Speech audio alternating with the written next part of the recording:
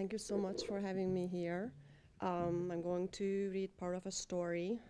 That's a story about my mother, who was the singularly most intelligent and uncompromisingly honest and courageous one I've ever known. And she refused the communist. She refused to join a communist party in a communist country, which was not a wise decision, and it eventually cost her life. And cost obviously me a lot of grief too. Back then I was very mad at her for that. Today I'm very proud of her for that. But it's, we understand more as time passes, right?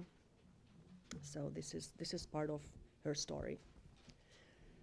My mother was dying. Lying in bed, I closed my eyes for a moment. Perhaps by shutting the world out, my thoughts would go away, death would go away. The faucet was dripping in the bathroom. Anyu, that's mother in Hungarian, Anyu hadn't shut it off right when she had gone to get some water. She was constantly thirsty and got up every night 3-4 times, bringing our blue 2-liter pitcher with her to the sink. She slept naked, and because I had stopped sleeping, I could see her swollen body clearly as she advanced slowly, every step a challenge. I watched her thick thighs, her protruding belly, the fallen shoulders, her large, helpless breasts. She had lost much of her hair, and the moonlight shined through it now as it shined through the window as she passed on her way. I wept for her hair, her quick-footed walk, her abundant, beautiful self. Cynthia, my sister, steered next to me, and her small fingers clasped my hand. Only 6 years old, she could sleep through anything, even her mother dying. A low, wet cough burst out of my mother's lungs. It started a new fit, during which her breathing became increasingly rapid between coughs. The mucus she coughed up mixed with her saliva, and as she tried to breathe, the mixture got sucked into her lungs, elevating the urgency in her efforts. Only the coughs came in quick successions of 7s and 8s, followed by one shallow, inadequate breath. There was a mindless, frantic quality to the process, and my mother was never mindless. This lack of thought frightened me almost as much as her drowning in spit. I decided I would try breathing for her.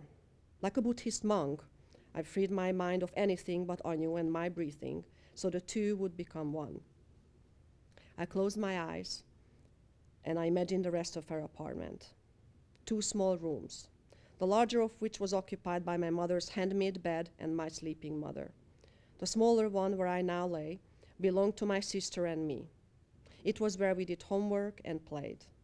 Our bedroom was separated from the living room by a blue curtain with tiny marigolds in orange and white.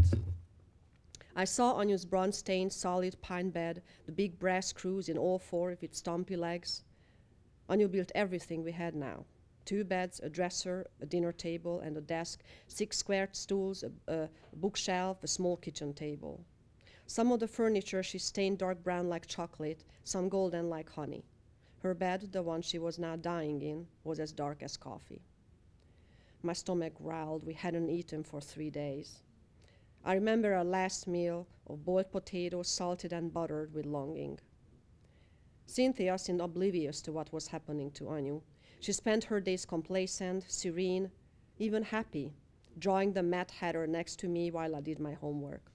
She only fretted when I let her to go to school. Once she snuck into my classroom in November during the 10 minutes recess, hiding herself in the coat cabinet. My teacher, Miss Sapashi, found her because she sneezed.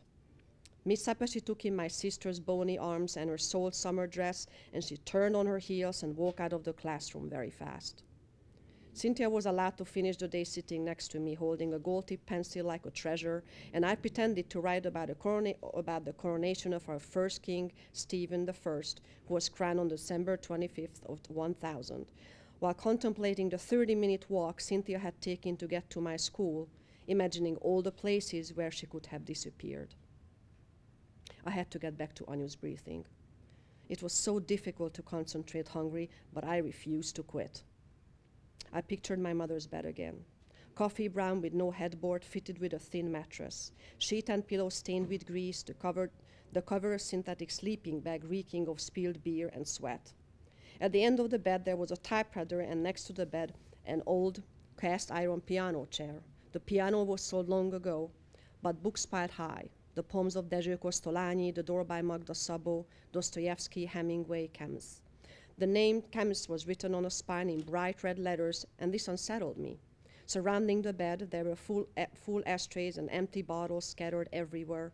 Palinka and beer bottles mostly. Wine was too expensive. I broke up the amber and green glass of kőbányai bottles sometimes to build a small castle out of the fragments for Cynthia or to make the wind chime to sell during summer. The space above the bed was lined with bookshelves, the book crammed in without any order, but the books were loved. My mother loved them. And when she wasn't writing or drinking, she read. The wall had been white but turned creamy yellow like butter from smoke. And the crux from my mother were a line written on the wall from Attila József, Anyu's favorite poet. As it flowed straight from my heart, troubled, wise, and great was the Danube. Every time she opened her eyes in bed, that's what she saw. Finally, I drifted back to Anyu, the body. Would she still in death be called my mother? A body that wasn't my mother because a body couldn't be called my mother, but also couldn't be called a body because she was not any body but my mother's body. Which was wrong again because dead, she couldn't possess anything, least of all a body. I envisioned her lying on the bed with one arm covering her face. She always slept like this, as if something was bothering her eyes. I took in the image of her graying hair coating the pillow like a curtain beyond which I could never see. Her once narrow wrist was now buried beneath flesh, although I refused to acknowledge her publicly as fat and got into a fist fight once at school because someone called her that. I'm not sure why I hated the idea of my mother being fat, except that becoming fat made me think of her drinking, and her drinking made me think of her smoking, and her smoking made me think of her dying. Underneath the wrist, there was her nose, still beautiful, at least beautiful to me because her nose hadn't changed, and I saw strength in that nose I could, if only for moments, hold on to. My mother's cheeks had become streaked with broken blood vessels, her pores clogged with dirt. I sometimes replaced her evening image above the typewriter with a clean-shaven man bathed in sunlight and felt very reassured by that image. Maybe I longed for a father as much as for my mother, and if so, did Anyu know this? Is that why she was always so angry? My body twitched and I turned to Cynthia, worried about waking her. I took a deep breath and tried one last time to will my mother's breathing to fuse with mine. I imagined her chest rising as she breathed in. I counted the seconds between her inhaling. I adjusted my own breathing to the rhythm of hers. But I was failing. My breath and my mother would not become one. Nothing remained in our apartment, no books, papers, bottles, no piano chair and honey brown handmade furniture, no writings on the wall, no glass castle and wind chime, only my mother and her breathing. I lay paralyzed next to my sister, who was blissfully asleep, unaware of our mother's wheezing and gurgling, the sounds she made every 5 seconds when she took a breath.